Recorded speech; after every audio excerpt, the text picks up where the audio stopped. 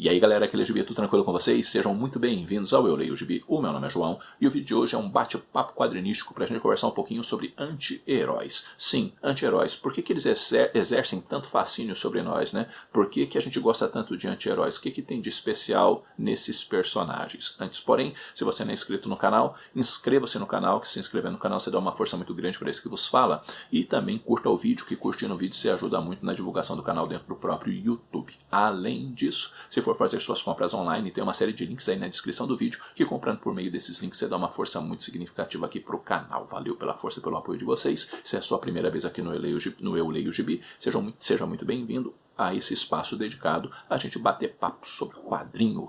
Bom galera, é o seguinte, vamos pensar um pouquinho em alguns personagens. John Constantine, um cara egoísta, um cara egocêntrico, um cara que coloca ele antes de qualquer coisa nessa vida. Isso é uma característica muito clara do Constantine, né? A gente também tem um cara chamado Frank Castle, que é um sujeito que entende que bandido bom é bandido morto e ele vai matar os bandidos e acabou.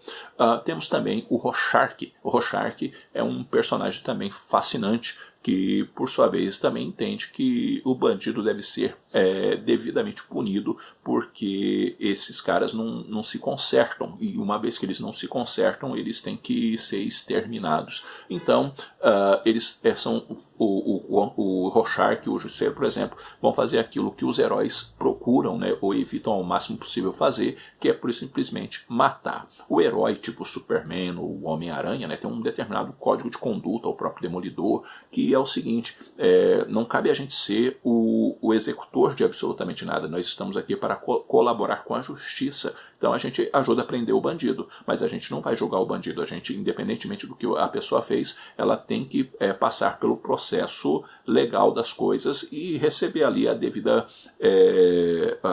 pena por aquilo que ele fez, né? Então o herói, ele será inspirador. O herói vai ter um código de conduta e uma postura muito elevada, uma postura que é para você olhar e falar assim, nossa, isso realmente é um exemplo de pessoa.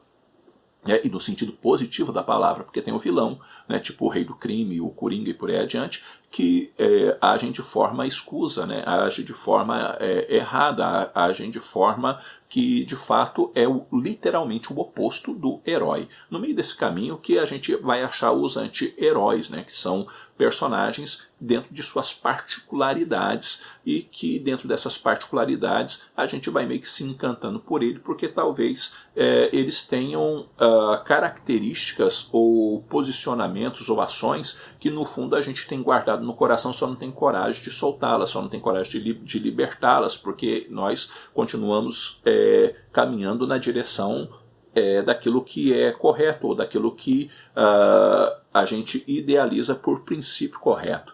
E dessa maneira a gente vai meio que se divertindo com a ação, ou se fascinando com a ação do anti-herói, porque ele é um extravasar de muitas coisas que às vezes a gente tem guardado no nosso coração, ou de gritos que a gente tem guardado dentro do nosso coração. E por que eu estou falando isso? Porque é mais ou menos assim, esses personagens, eles não foram criados, né, tipo o Justiceiro não foi criado para ter uma base de fã, o Justiceiro não foi criado para ter aquela caveira dele estampada num monte de camiseta e as pessoas carregarem essas camisetas felizes da vida para lá e para cá em feiras de quadrinho e por aí adiante, convenções, não é mesmo? O Rorschach, né, também é outro personagem que foi criado que com o intuito do Alan Moore não é para ninguém gostar do Rorschach. O Rorschach é doente, o Rorschach tem uma mente deturpada, uma visão deturpada, e é o personagem mais popular de Watchmen. E a gente olha o Constantine com aquele egoísmo todo dele. Constantine tem uma base de fã absurda, mas por que isso tudo?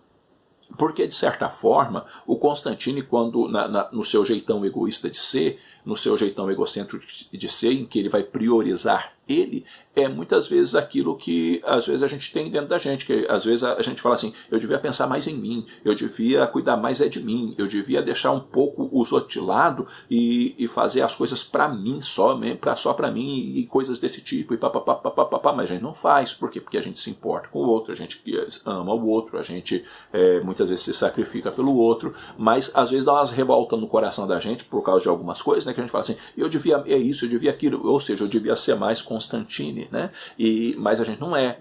E isso é interessante, né, dentro dos nossos comportamentos. Por quê? Porque a gente tem ainda o elemento inspirador ali para a gente, as referências positivas que nos impulsionam, né, para aquilo que é correto. E da mesma forma, quando a gente vê algumas coisas revoltantes, né, algumas ações revoltantes que tem por aí dentro de determinados crimes e tudo mais, eu acho que um pouquinho de justiceiro surge dentro de todo mundo. Acho que um pouquinho de Rorschach surge dentro de todo mundo quando a gente vê determinadas ações acontecendo, determinadas ações humanas que são profundamente diabólicas, que são profundamente demoníacas, né, por causa da atrocidade da ação. E às vezes a gente tem um pouquinho de justiceiro dentro da gente guardado. Quando a gente vê essas coisas, a gente fala, rapaz, fulano desse deveria passar por ser isso, passar por aquilo, não sei mais o que, Por quê? Porque tem um pouquinho lá no fundo, no coração da gente isso daí.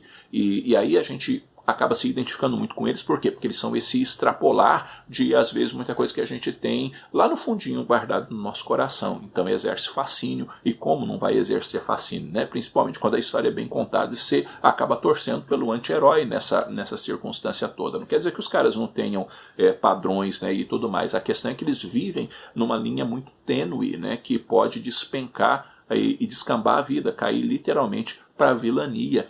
E essa é uma questão importante também. Então o anti-herói, ele não é para ser inspirador, né? O anti-herói não é para ser alguma coisa assim, principalmente dentro desses aspectos do justiceiro, do Rorschach, ou ainda do comportamento do Constantine. Não é para ser, né? Mas exercem fascínio sim, exercem sim uma série de coisas, porque dentro das nossas questões, das nossas inquietações, ou às vezes das nossas revoltas, a gente vê neles, né, o que eles fazem, e a gente muitas vezes bate palma para o que eles fazem, por quanto de que determinadas coisas nos revoltam de tal forma que mexem profundamente conosco. Então eu acho que impulsiona muito para o lado deles essa questão. Existem outros anti-heróis, né, que às vezes é um pouco mais tranquilo de se ver as coisas, isso e aquilo, mas eu penso que alguns tem essa característica muito mais forte, né, muito mais violenta, e às vezes o sujeito não mata, mas ele bate tanto no outro que quase mata, né, que por exemplo é um caso de um Cavaleiro da Lua, né,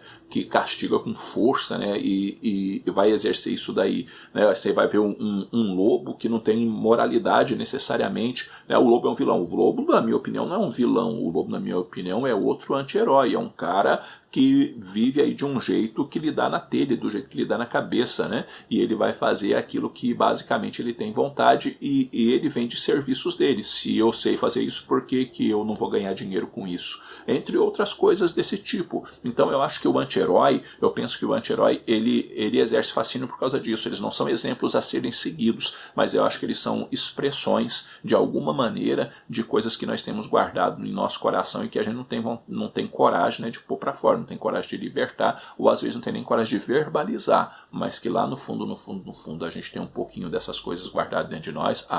Eu acho que a gente tem sim.